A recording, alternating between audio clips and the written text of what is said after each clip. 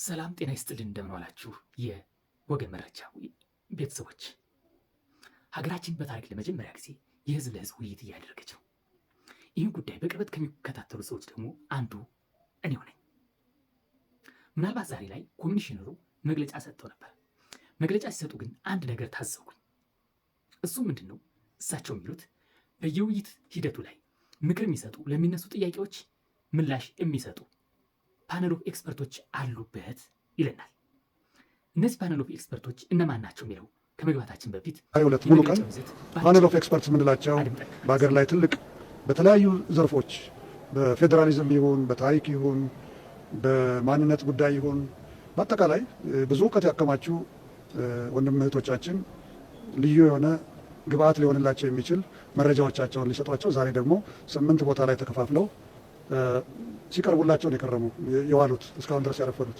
የሚቀርቡላቸው ምንድን ነው? ለምሳሌ እኔ ሀገር ግንባታ ላይ ነኝ፣ ስለ ታሪክ ቀርቦላቸዋል፣ ስለ ግጭት ምንነት ቀርቦላቸዋል። እንዲህ አይነት የተለያዩ አጀንዳዎች ምሁራኑ በሚገባ ቀርቦላቸዋል። አሁን ከሰዓት በኋላ ደግሞ በጠዋት በቀረቡት ላይ ጥያቄዎቻቸውን እና መልሶችን ያገኛሉ። ጥያቄዎቻቸውን ይሰጣሉ፣ መልሶችን ከምሁራኑ ይቀበላሉ።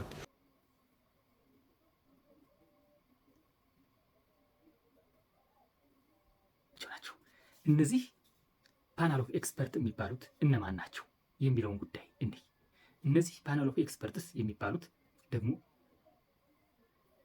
የሚታወቁ ሳይሆን ወይ ደግሞ የታሪክ ምሁራን ሳይሆኑ ለዚህ ምክክር ግብአት ይሆን ዘንድ ሲዘጋጁ የነበሩ ስልጠና በልዩ ሁኔታ ሲሰጣቸው የነበሩና አዲስ ለሚፈጠረው ትርክት እንዲመቹ ተደርገው ሲሰሩ የቆዩ አካላት ናቸው። የታሪክ ሰነዶች እንደሚያሳዩት ከሆነ በወቅቱ ፍንፍኔና አካባቢዋን ተመራጭ ያደረጉ በርካታ ምክንያቶች አሉ። ቢስኮትም ተደርጋለሁ እንጨት ነው አላል። ግን አዲስ አበባን በመቆርቆር ሂደት የተሳተፉት ነገስታት እና ንግስቲቱ የነበራቸውን ድራይቨር ነው ማገዶንና ፍንፍኔ ውሃን ያነሳሁት እንጂ ምክንያቶቹ በርካታ ናቸው። ከነኚህም ተጠቃሽ የሆኑት የነገስታቱን መስፋፋትና በየደረሱበት ያጋጥማቸው የነበረውን የደህንነት ስጋት ለመፍታት የሚያስችሉ ለመሸሸጊያነት የሚሆኑ ከፍተኛ ቦታዎች ፍለጋ አንዱ ምክንያት፣ የተፈጥሮ ሀብት በተለይም የማገዶ እጥረት ሁለተኛው ምክንያት፣ የአየር ንብረት ተግዳሮት በተለይም በተራሮች ላይ የነበረው ቅዝቃዜና በኋላም የመንግስታቸው መጽናት ተከትሎ ለመስፋፋት የሚሆን መልክዓ ምድር ማስፈለጉ ናቸው ይላል። ኤቪደንስ ቤዝድ እቴጌ ጣይቱ ባቀረቡት ሀሳብ መሰረትም እንጦጦ ተራራ አካባቢ ሰፍረው የነበሩት ንጉስ ምኒልክ እና ባለሟሎቻቸው ወደ ሜዳውማ የፍንፍኔ አካባቢ በመውረድ እንዲሰፍሩ ወዘተርፈ ይላል። ግን መግቢያውን ይሉት ላይ በ1880 በቅኑ 79 መጀመሪያ የዘመናዊቷ ኢትዮጵያ መስራቾች የነበሩት የአዲስ አበባ የንጉስ መቀመጫ ከተማ በኮቴሽን ያስቀመጡት ከተማ አይደለም በወቅቱ እንድትሆን በበርካታ ምክንያቶች የተመረጠችው የያኔዋ የነ ቱፋሙና የነ አብቹ ገራን ቀይ ፍንፍኔ። ይሄ ኤቪደንስ ቤዝድ አርጊመንት ነው። የዚህ ታሪክ ጭቅጭቅም የተዘጋ ፋይል ይመስለኛል።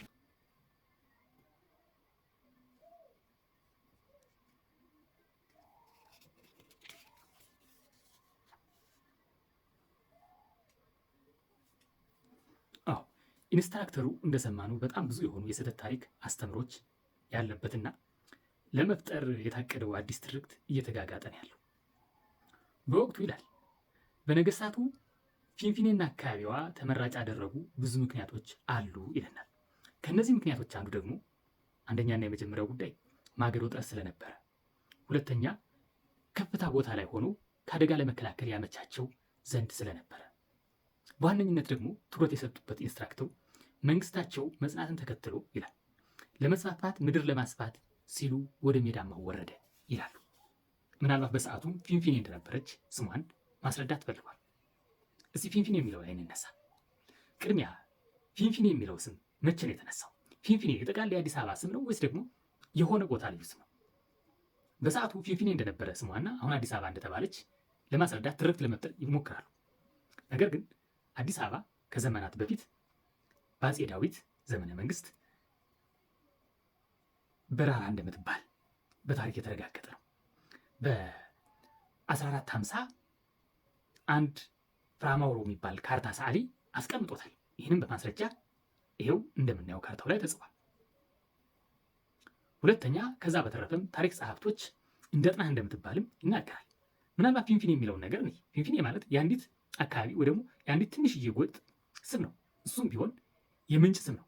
የሚፈልቅ ከመሬት ውስጥ የሚፈልቅ ምንጭ ስለነበረ ፊንፊኔ አለ ፈለቀ ለማለት የወጣ ስም እንጂ አሁንም ቢሆን እነሱ በሚሉት የኦሮሞ ቃል እንደሆነ ኦሮሞኛ እንደሆነ ሳይሆን አማርኛ እንደሆነ እሱም ደግሞ የከተማዋ ስም ሳይሆን የአንዲት ምንጭ የአንዲት አካባቢ ስም እንደሆነ ልንረዳ ይገባል። ከዛ በተረፈ ሌሎች የተቀመጡ ምክንያቶች ለመስፋፋት ምናምን ነገር የሚለው ነገር አዲስ ታሪክ እንደሆነ ድሮም ጀምሮ ነገስታቱ ምኒልክ የአያቶቹ የቅድመ አያቶቹ ከተማ እንደነበረች እንጂ አዲስ ከተማ ለመቆርቆር እንዳልሆነ ልንረዳ ይገባል። ይሄ ከተማ ከዛ በፊት እንደነ ዋሻ ሚካኤል እንደነ የተለያዩ ቅርጻቅርጾች ያሉበት በተለይ ወደዚህ ወደ ቦሌ አራብሳ አካባቢ ያሉ ለክፍለ ለዘመናት የቆዩ አሻራ የወደቀባቸው እንደነበሩ ከኦሮሞ መስፋፋትና ከ17ኛው ክፍለ ዘመን በፊት ከተማ የነበረ ነገርን ከተማው በተለያየ ተፈጥሯዊም ሰው ሰራሽ ምክንያት ወድሞና ባዶ እንደነበረ ያሳያል እንጂ ያን ጊዜ አዲስ አበባ ተብሎ ስም ወጥቶላት ብቻ የተመሰረተች እንዳልሆነ ልንረዳ ይገባል። ነገር ግን ኮሚሽነሩ አዲስ ትርክትና አዲስ አበባም ከዛ ጊዜ ጀምሮ የተመሰረተችና ለመስፋፋት የተያዘች እንደሆነ ሰልጣኞችን ለማስጨበጥ ይሞክራል። እነዚህ ሰልጣኞች ናቸው እንግዲህ አሁን ለተመካካሪው ምላሽ ያቀርባሉ የሚባለው። ይሄ ከሆነ ደግሞ ከታሪክ ያፈነገጠ እውነታን ያረገጠ ጉዳይ ለማስረዳት ወይ ደግሞ ለማስጨበጥ እየሞከሩ ነው ማለት ነው። ስለዚህ ምክክሩ እውነተኛ መፍትሄ የሚያመጣ ሳይሆን አዲስ ትርክት ለመፍጠር የሚካሄድበት ወይ ደግሞ ሂደት እንደሆነ የምንታዘበው ጉዳይ ነው። ለሁሉም ነገር እነ ቶፋ ሙናና እና አብቹ ገላን መኖራቸው ኤቪደንስ ቤዝድ ነው ይለናል። የትኛው ኤቪደንስ እንዳመጣ እናቅ፣ ከየትኛው ኤቪደንስ እንደተገኘ እናቅ። በደፈናው ግን ኤቪደንስ ቤዝድ ነው ስንል ግን እንዲሁ ዝም ብሎ ኢ ምሁራዊ ወይ ደግሞ ኢ ሂስትሪ የሆነ ነገር የተፈጠረ እንደሆነ የፈጠራ ታሪክ የተፈጠረ እንደሆነ ምንታዘበው ጉዳይ ነው። ስለዚህ ይህ ነገር በዚህ አካሄዳችን ዘላቂ መፍትሄ ምናመጣ